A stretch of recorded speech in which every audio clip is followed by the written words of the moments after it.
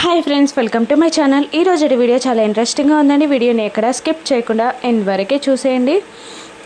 కౌశికి టెన్షన్గా అసలు అత్తయ్య గారి మీద కేసు ఎవరు పెట్టారు, అసలు ఏం జరుగుతుంది అని అంటూ ఉండగా, తప్పు చేసిన తనకే అంత పొగరుంటే తప్పు చేయని మనకు ఇంకెంత పొగరుండాలి కౌశికి అని వైజయంతి కౌశికిని ఇంకా రెచ్చగొడుతుండగా జగదాత్రి అడ్డం పడి, ఇప్పుడు మనం ఆలోచించాల్సింది పొగరు కూర్చి కాదు, ఇంటి పరువు కూర్చి అత్తయ్య గారిని విడిపించడం కావాలి. పదండి వదిన, మనం అత్తయ్య గారిని విడిపించి తీసుకొద్దాం. కేదార్ అన్నేని ఆపు అని దాత్రి అనగానే, కేదార్ రా బాబా కార్లో వెళ్దాం అని అనగానే, పద కేదార్ అని సురేష్ కారెక్కుతాడు. ఇక కౌశికి దాత్రి వెనకాల కూర్చోగా కేదార్ డ్రైవింగ్ చేస్తూ ఉంటారు. యువరాజ్ ఇచ్చిన కంప్లైంట్ ప్రకారం ఆ ఎస్ఐ ఆదిలక్ష్మిని అరెస్ట్ చేసి తీసుకొచ్చి జైల్లో పెడతాడు. ఆదిలక్ష్మి ఏడుస్తూ, నా మీద కేసు ఎందుకు పెట్టారు, నన్ను ఎందుకు అరెస్ట్ చేస్తున్నారు, నేనేం చేశాను అని అరుస్తూ ఉండగా, మీ మనవరాల్ని మీరు కిడ్నాప్ చేశారు, అందుకే మీ పైన కేసు నమోదైంది, పదండి అని అంటూ జైల్లో సెల్లో పెడతాడు ఆ ఎస్ఐ ఆదిలక్ష్మిని. ఇక యువరాజ్ దర్జాగా ఒక పేపర్ని పట్టుకొని పోలీస్ స్టేషన్ ముందుకి వస్తాడు. ఎస్ఐ యువరాజ్కి కాల్ చేసి ఇలా అంటుంటాడు, సార్ మీరు చెప్పినట్టు ఆదిలక్ష్మి గారిని అరెస్ట్ చేయించాం, కంప్లైంట్ పేపర్ తీసుకొచ్చారా అని అడుగుతుండగా, తీసుకొచ్చాను సార్, బయటే ఉన్నాను, లోపలికి వస్తున్నాను అని యువరాజ్ అనేస్తాడు. సెల్లో కూర్చొని ఆదిలక్ష్మి ఏడుస్తూ ఉంటుంది. ఇక అసలు ఇలా ఎలా జరిగింది, కంప్లైంట్ ఎలా వెళ్ళింది అని కౌశికి అంటుండగా, ఏం కాదు వదిన, అందరం బయలుదేరాం కదా, అత్తయ్య గారిని విడిపించుకొని తీసుకొద్దాం అని జగదాత్రి అంటూ, ఇంకా అత్తయ్య గారిని కోర్టులో సబ్మిట్ చేస్తే మాత్రం రిమైండ్కైనా తీసుకెళ్ళవచ్చు, శిక్ష అయినా పడవచ్చు, ఏది జరిగినా కష్టమే వదిన, ముందుగా మీకు ఎస్ఐ గారు తెలుసు కదా, ఒక్కసారి ఫోన్ చేసి మాట్లాడండి అని అనేస్తుంది దాత్రి కౌశికితో. అలాగే లాయర్ని కూడా తీసుకెళ్లడం బెటర్ వదిన అని అనగానే, ఇదే రూట్లో మన లాయర్ ఉన్నారు, వెళ్ళేటప్పుడు తీసుకెళ్దాం అని అంటూ ఎస్ఐకి కాల్ చేస్తూ ఉంటుంది కౌశికి. ఇక అప్పుడే ఎస్ఐ కౌశికి ఫోన్ని లిఫ్ట్ చేస్తూ ఉండగా యువరాజ్ వచ్చి, అతను లిఫ్ట్ చేయకుండా ఎస్ఐ చేయిని పట్టుకొని ఆపి ఆ కంప్లైంట్ పేపర్ని ఇస్తాడు. కంప్లైంట్ పేపర్ని ఓపెన్ చేయగానే అందులో డబ్బుల కట్టని చూసి ఆశ్చర్యపోతాడు. ఇది అడ్వాన్సే, నేనన్నట్టు కనుక ఇప్పుడు కోర్టులో సబ్మిట్ చేసి ఆవిడ గారికి శిక్ష పడేలా చేస్తే ఇంకా చాలా పెద్ద అమౌంట్ నీకు ముడుతుంది అని యువరాజ్ ఎస్ఐకి ఆశ చూపగానే, అలాగే అని అంటూ అక్కడున్న కానిస్టేబుల్కి యువరాజ్ ఇచ్చిన కంప్లైంట్ పేపర్ని ఇచ్చి ఎఫ్ఐఆర్ ఫైల్ చేసి కోర్టులో సబ్మిట్ చేయడానికి అన్ని డాక్యుమెంట్స్ రెడీ చేయమని ఎస్ఐ చెప్పేస్తాడు. ఇక ఆదిలక్ష్మిని ఎగతాళిగా చూసి నవ్వుతూ ఉంటాడు యువరాజ్. ఇక అప్పటికే కమలాకర్ వీళ్ళందరూ బయలుదేరారని చెప్పడంతో యువరాజ్ ఎస్ఐతో తొందరగా కోర్టుకి తీసుకెళ్ళమని హడావిడి చేస్తూ ఉంటాడు. ఇక పేపర్స్ రెడీ అవ్వగానే ఆదిలక్ష్మిని కోర్టుకి తీసుకెళ్ళబోయే లోపే మళ్ళీ కౌశికి కాల్ చేస్తూ ఉంటుంది. ఫోన్ మీ అక్క దగ్గర నుంచే అని ఫోన్ చూపిస్తూ ఉండగా, ఎత్తొద్దు, తీసుకెళ్ళండి అని యువరాజ్ అనేస్తాడు. ఇక కౌశికి ఫోన్ని కట్ చేసి స్విచ్ ఆఫ్ చేసేస్తాడు ఆ ఎస్ఐ. ఇక కట్ చేసి స్విచ్ ఆఫ్ చేశాడు దాత్రి అని అంటూ ఉండగా, అలా ఎందుకు చేశాడు అని అంటూనే, కోర్టులో సాక్ష్యం చెప్తేనే తప్ప శిక్ష పడదు, అలా అని మన ఇంటి నుండే ఎవరైనా సాక్ష్యం చెప్పాలి అని దాత్రి అనేస్తుంది. ఇక టెన్షన్ పడుతూ ఉంటుంది కౌశికి. ఆదిలక్ష్మిని పట్టుకొని జీప్లో ఎక్కించబోతుండగా, మా కొడుకునైనా ఒక్కసారి మాట్లాడించండి, మా కొడుకు జర్నలిస్ట్ అని అంటూ, నా మీద కేసు పెట్టింది ఎవరు అని అడగగానే, మీ కోడలు కౌశికియే మీ మీద కేసు పెట్టింది అనగానే, దాని నోట్ల మన్నువడ, నా మీద కేసు ఎందుకు పెట్టింది, దాని వంశం నాశనం అయిపోను అని కౌశికిని తిడుతూ ఉంటుంది ఆదిలక్ష్మి. ఇక బలవంతంగా ఆదిలక్ష్మిని జీబులో ఎక్కించి కోర్టుకి తీసుకెళ్తారు. అప్పుడే ఆ జీబ్ అటు వెళ్ళిపోగానే కౌశికి వాళ్ళ కారు ఇటు వస్తూ ఉంటుంది.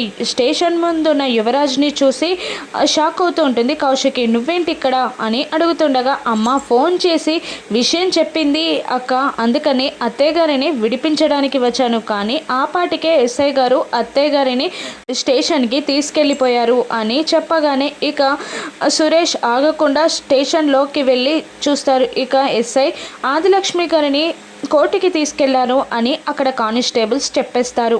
దాంతో లాయర్ కూడా అక్కడికి వస్తాడు. అసలు కేసు ఎలా ఫైల్ అయింది, ఇప్పుడు శిక్ష పడే అవకాశం ఉందా అని అంటుండగా, సాక్ష్యం చెప్తే మాత్రం కష్టం కౌశికి గారు అని అంటూనే, మా అత్తయ్య గారికి వ్యతిరేకంగా ఎవరు సాక్ష్యం చెప్తారు అని అంటుంటుంది కౌశికి. మీ ఇంట్లో వాళ్ళు ఎవరైనా సాక్ష్యం చెప్పొచ్చు కదా అని అనేస్తాడు ఆ లాయర్. ఇక ఇంట్లో వాళ్ళు ఎవరు సాక్ష్యం చెప్పకుండా నేను చూస్తానక్క, మీరు కోర్టుకు బయలుదేరండి అని అంటూ యువరాజ్ అనగానే ఇక వీళ్ళందరూ కోర్టుకు బయలుదేరుతారు. యువరాజ్ మళ్ళీ నిషికి కాల్ చేసి విషయం అంతా చెప్పి, అక్క వాళ్ళు కోర్టుకి వచ్చేలోపు నువ్వు కోర్టుకు వెళ్ళి సాక్ష్యం చెప్పి ఆదిలక్ష్మి అత్తయ్యకి శిక్ష పడేలా చేయాలి అనగానే, అలాగే యువరాజ్ అని అంటూ నిషి హడావుడిగా కోర్టుకు బయలుదేరుతుంది. వీళ్ళందరూ కోర్టుకి బయలుదేరుతారు. ఇక టెన్షన్ పడుతూ ఉంటుంది కౌశికి. ఇక మన ఇంట్లో నుండి సాక్ష్యం ఎవరు చెప్పకుండా చేస్తానని యువరాజ్ అన్నాడు కదక్క అని కేదార్ అంటూ ధైర్యం చెప్తూ ఉంటారు. ఇంతలో ఆదిలక్ష్మిని కోర్టులో సబ్మిట్ చేసేయడం అక్కడున్న లాయర్ ఇలా చెప్తూ ఉంటాడు. ఈవిడ గారు తన మనవరాలైన కీర్తి పాపని కిడ్నాప్ చేసి చంపాలనుకున్నారో, మరి డబ్బుల కోసం బెదిరించాలి అనుకున్నారో, కానీ కేసు ఫైల్ అయింది సార్ అని అంటూ ఉండగా, ఆదిలక్ష్మి అసలు నా మీద కేసు పెట్టింది ఎవరు, నేనే తప్పు చేయలేదు, ఎంక్వైరీ చేశారా, ఎవరిని ఎంక్వైరీ చేశారు, పిలవండి అని అనడంతో, కేసు పెట్టిన వాళ్ళు రాలేదు అని లాయర్ చెప్పేస్తాడు. ఇక ఎంక్వైరీ చేసిన వాళ్ళనన్నా పిలవండి అనగానే ఎస్ఐని పిలుస్తారు. ఇక తను రాలేదు కానీ కంప్లైంట్ వచ్చింది సార్, సాక్ష్యం చెప్పడానికి ఎవరైనా వస్తారేమో అని అంటుండగా, జడ్జ్ సాక్ష్యం లేనిదే ఎవరికి శిక్ష వేయకూడదు అనగానే నిషి చెయ్యి పైకెత్తి నేను సాక్ష్యం చెప్తాను అని అనేస్తుంది. నువ్వేమైనా మాట్లాడాలి అనుకుంటే బోనులోకి వచ్చి మాట్లాడమ్మా అని అనగానే నిషి బోన్లోకి వస్తుంది. నిషిని చూసి, ఆదిలక్ష్మి కావాలనే కౌశికి నన్ను ఈ కేసులో ఇరికించింది, తను ప్లాన్ చేసి కంప్లైంట్ ఇచ్చి నిషితో సాక్ష్యం చెప్పిస్తుంది అని ఆదిలక్ష్మి అనుకుంటూ ఉంటుంది. ఇక ఏం జరిగిందో చెప్పమ్మా అని జడ్జ్ అనగానే, మా వదిన శ్రీమంతం రోజున కీర్తి పాపని మా అత్తయ్య గారే కిడ్నాప్ చేసి తీసుకెళ్ళిపోయారు, దానికి మా బంధువులందరూ సాక్ష్యం అని అంటూ ఉండగా, ఇక సాక్ష్యాధారాలని పరిశీలించిన మేరకు ఆదిలక్ష్మి నేరం ఒప్పుకోవట్లేదు కాబట్టి 14 రోజుల రిమాండ్ విధిస్తున్నాం అని జడ్జిమెంట్ ఇస్తుంటాడు. అప్పుడే కౌశికి, జగదాత్రి, కేదార్లు, సురేష్ అక్కడికి వచ్చి జడ్జిమెంట్ రావడంతో షాక్ అవుతూ ఉంటారు. ఇక అందరూ వెళ్ళిపోగానే ఆ ఎస్ఐతో కౌశికి ఇలా అంటుంటుంది, ఒక్కసారి మీరు కాల్ చేసి మాట్లాడాల్సింది, నేను ఫోన్ చేసినా మీరు స్విచ్ ఆఫ్ చేస్తున్నారు అని అంటుండగా, అదేంటి మేడం, మీరే కంప్లైంట్ ఇచ్చి మళ్ళీ మీరే ఇలా మాట్లాడుతున్నారేంటి అని కౌశికి మీదికి నింద నెట్టేస్తాడు ఆ ఎస్ఐ. నేను కంప్లైంట్ ఇవ్వడం ఏంటి అని అంటుండగా, ఇది మీ సైనే కదా మేడం అని అంటూ పేపర్ని చూపిస్తాడు ఎస్ఐ. దాంట్లో ఉన్న కౌశికి సైన్ని చూసి కౌశికి షాక్ అవుతూ ఉంటుంది. దాత్రి కేదార్లు కోపంగా యువరాజ్ వైపు చూస్తుంటారు. యువరాజ్ కన్నింగ్గా నవ్వుతూ ఉంటాడు. ఇక సురేష్, నువ్వు నన్ను అపార్థం చేసుకోవద్దు, నాకేం తెలీదు అని అంటుండగా, ఇంత మంచిగా కనబడుతుండగా నిన్ను అపార్థం ఎందుకు చేసుకుంటాను కౌశికి, అర్థమే చేసుకుంటాను అని అనేస్తాడు. కానీ నిజానికి సురేష్ కౌశికిని అపార్థం చేసుకుంటాడు. ఇక ఆదిలక్ష్మి నాకు శిక్ష పడింది, తనకు శిక్ష పడాలి అంటే నువ్వు తనతో కలిసి ఉండకూడదు, ఇంట్లోనే ఉండాలి, కానీ జైల్లో ఉన్నట్టు తను ఫీల్ అవ్వాలి, అంటే నువ్వు తనకి దూరం అవ్వాలి అని సురేష్ని రెచ్చగొడుతూ ఉంటుంది ఆదిలక్ష్మి. ఇక నిజంగానే కౌశికి సురేష్ దూరం అవ్వనున్నాడా? ఇక ఈ అపార్థాన్ని దాత్రి కేదార్లు ఎలా తొలగించనున్నారు? వైజయంతి దగ్గరున్న మ్యారేజ్ సర్టిఫికేట్ని దాత్రి ఏ విధంగా చేజిక్కించుకోగలదో రాను ఎపిసోడ్స్లో చూద్దాం. Thank you for watching.